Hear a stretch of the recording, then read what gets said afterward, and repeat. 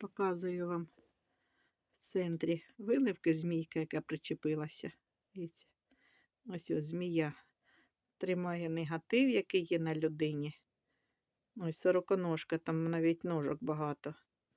Отака зараза, вибачте за слово, причепилася, сидить і оцими лапами тримається за енергетику людини, за ауру. Отака змійка. Ось, змійка, земля, робота через порчену землю. Бачите, це перше, друге, ось куколка. Голова, ручки, ножки, головка, ручки, ножки.